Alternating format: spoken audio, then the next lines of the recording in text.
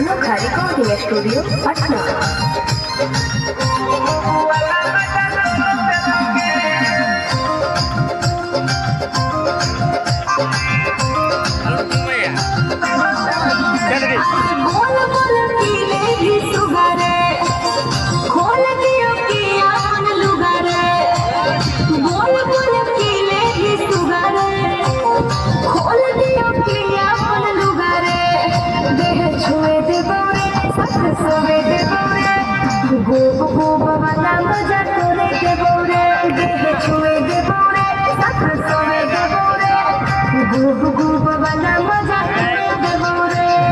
छौड़ी तो सड़ी गे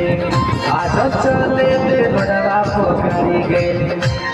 खोले खोले छौड़ी तो सड़ी गे आज चले दे बड़वा पोखरी गे एगो चुनो लेबो दे लोगो देबो दे गुब गुब वाला